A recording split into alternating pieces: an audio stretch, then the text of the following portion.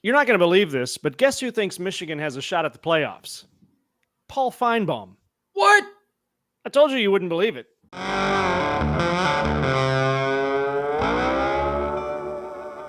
Welcome to the Point and Minute Show on Michigan football at the voice of college football, where we average one outstanding point for every minute of video. My name is Cliff. His name is Mac. Let's get into it. Now, if you'll remember, back in 2023, Mr. Paul Finebaum did not have nice things to say about Michigan, and I think it's probably fair to say he was not liked by Michigan fans. Do you think that's a fair assessment, Mac? Yeah, I think that's a fair assessment. I think Paul Finebaum was one of the few people that I trolled on Twitter for funsies. Like, I would say not horrible things, but I didn't like him either. I remember I directly tweeted at him asking how it was that he still had a job because of all the things that he said about Harbaugh. So, okay, look, that back in 2023, that was a time when everybody was soaking up all of the Michigan hate for the clicks. It was the trendy thing to do. First Take was doing it. Paul Finebaum was doing it. It got clicks. It got us a lot of clicks. We got like 40 subs off of one video. We got 20,000 views off of our one video that we released about it. And yeah, I mean, it got the clicks. Here's the thing.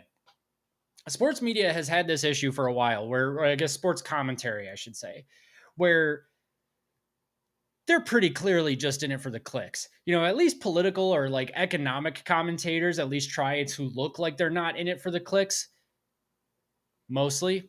But that's pretty much all sports media is. Outside of like the actual analysts and insiders, like we do our voice of college football stuff. We have good information. TJ, John, the guys, they've all got really good information. Mark, we're actually trying to analyze the game because we love it. But you've got people like Paul Finebaum, Stephen A. Smith, Skip Bayless, the one guy who's on that show Undisputed with Skip Bayless. I can't remember his name. All saying just the most bizarre things. I mean, this is where the argument of like LeBron James versus Kobe Bryant or who's the other Magic Johnson. LeBron James versus Magic Johnson. Who's better? Who cares? But it gets clicks. That's what happens is they create fake division to get clicks. Paul Finebaum was soaking that up last year, and that's what he does. That's what he did. Yeah, well, I mean, you're absolutely right. I mean, that's what you do in this kind of a media is you got to say things that shock people in order to get them to pay attention to what you're saying. So last year, this is what Paul Finebaum was saying about Jim Harbaugh. Called him a fraud, said that he would never beat Ohio State because obviously in the first 5 years, Harbaugh didn't beat Ohio State. 5 years, 15, 16, 17, 18, 19, 20, 6 years. Did not beat Ohio State. They didn't play in 2020, but nevertheless, Paul Finebaum wanted harsh penalties for Michigan over the alleged scandal. He believed that Michigan's national championship would always be tainted, and he said this in no uncertain terms. He said that he would refuse to recognize Michigan's national championship if they won. Now, to his credit, I think we have to point this out because that's what this is all about, is that Paul Finebaum had already started to change just a little bit because he did say after Michigan won the Natty that he was changing his mind about Harbaugh. And he actually said on national television, I don't know if I've ever been more wrong about anything in my entire life. So you got to give him some credit for that. A little. Okay. So here we are, 2024, and Finebaum was recently on First Take on ESPN. And this year, he seems to have a more measured approach. Here are his predictions for Michigan for 2024. He said Michigan should make the playoffs. Right off the bat, I mean, that's a full change of heart right there for a guy who said that Michigan was never going to go anywhere because of Harbaugh. Now he's actually saying Michigan should make the playoffs. Here's his caveat. They should be 10-2, but possibly 9-3, and they would be the rare team that could go to the playoffs with 3 losses. I don't know how he's coming up with rare, since this will be the first time we've had 12 teams in the playoff. But that's Finebaum for you. It's rare. It's never happened before. I guess that is the definition of rare. It couldn't happen. Therefore, it didn't happen.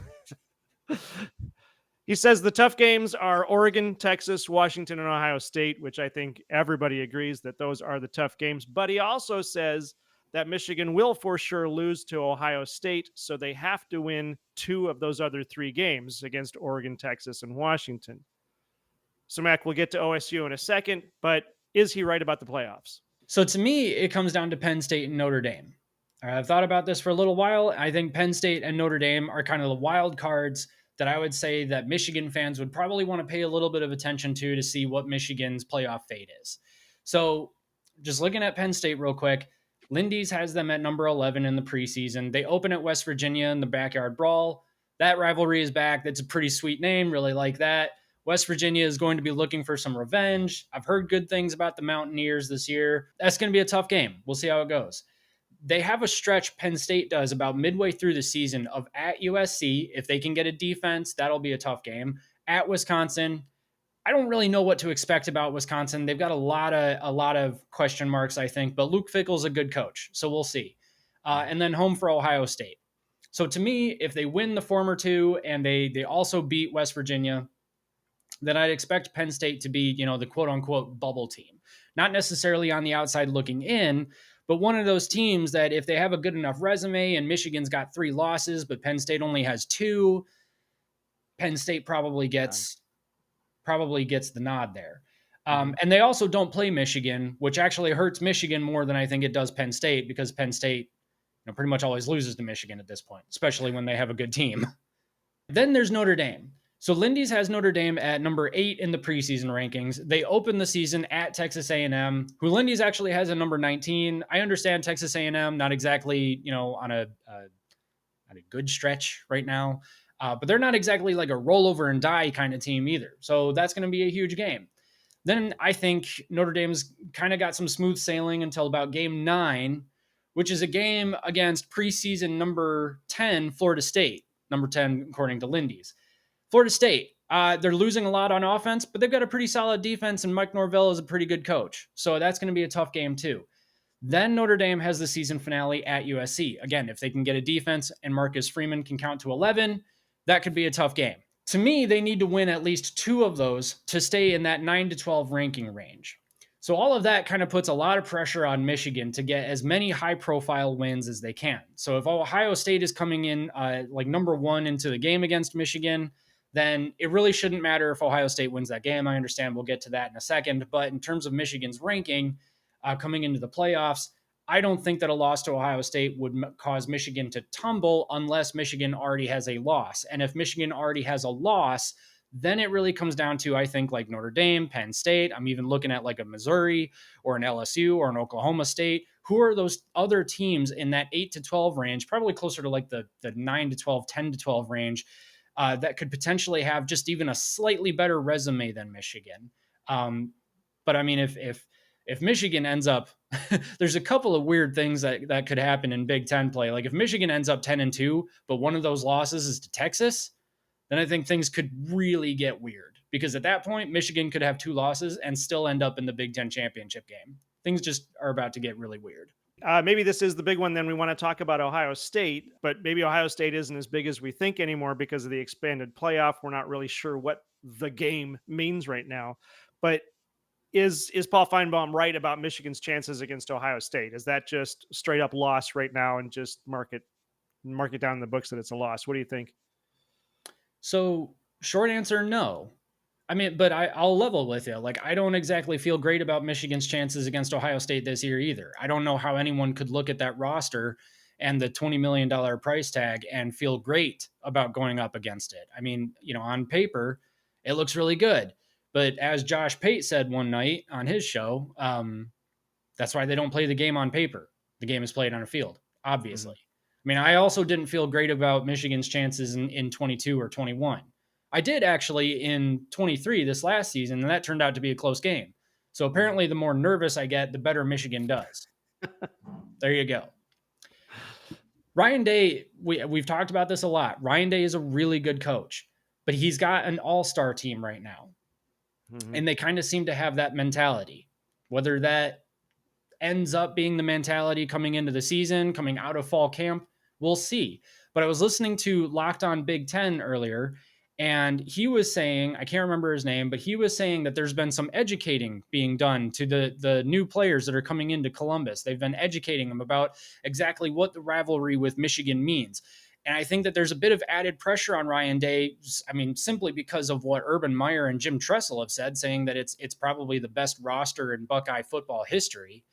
But also the fact that, I mean, his job potentially rests on this game. I mean, he could win basically every game, possibly even a national championship. But if he loses to Michigan, is he out? I really don't know. And I feel like if he wins the national title, then probably not. Whatever. But we've also heard, coming back to Michigan, we've also heard from the release of Michigan's fall roster. Actually, we saw the fall roster came out, and there are players that are expected to be some difference makers this season that are putting on a significant amount of muscle, and that includes the O-line. And we've talked about this a lot, that the game is won in the trenches. You know, Michigan doesn't need the best wide receivers, quarterbacks, running backs, defensive backs, safeties, etc. They just need better line play. Mm-hmm. And we fully expect Michigan to get that this year. And that means that for Michigan, any game, including Ohio State, is up for grabs. Now that we know that he's pulling that all-star team like you're talking about, it hadn't occurred to me that you're going to get players on that team who don't understand the Michigan-Ohio State rivalry. And if they don't understand that, the fans still do. Mm-hmm. So they have to educate the players. You need to take this game seriously because the fans will crucify you if you don't. Yeah. I hadn't thought of that before. That is fascinating. That's going to be, if it really is an all-star team of guys who are not regional to our region, it'll be interesting to see how that game goes out just based on that alone. Mm-hmm. Another question I have is that the expectation right now is that Ohio State and Oregon are going to be number 1 and number 2 in the Big Ten. They should go to the Big Ten championship. But let's say Michigan gets into the Big Ten championship, and let's say Michigan, this is going to be weird to make the scenario here because I'm not sure if Michigan gets to the Big Ten championship, would they have no losses, 1 losses, or 2 losses? But let's say, for the sake of argument, that Michigan goes to the Big Ten championship and they're going to play against Ohio State or Oregon. If that's their 3rd loss, if the Big Ten championship game is their 3rd loss, do they still make the playoffs? It's tough. It's really, really tough. You still, I think, got to look at where Notre Dame and Penn State, LSU, Oklahoma State, Missouri, Florida State, you still got to look and see where these other teams are. The question I think is, does Michigan get penalized for losing the conference championship game more than another team would benefit from not going? I think, does staying home actually benefit you more than losing the conference championship game? People say like it should or shouldn't. At the end of the day, does the 3 losses look worse than 1 less game played? I don't know. The committee is very subjective, so we'll see. To me, 3 losses, frankly, should be almost an automatic disqualifier. But again, if that loss is the conference championship, maybe it's not as detrimental. It just really depends on what the committee thinks of it.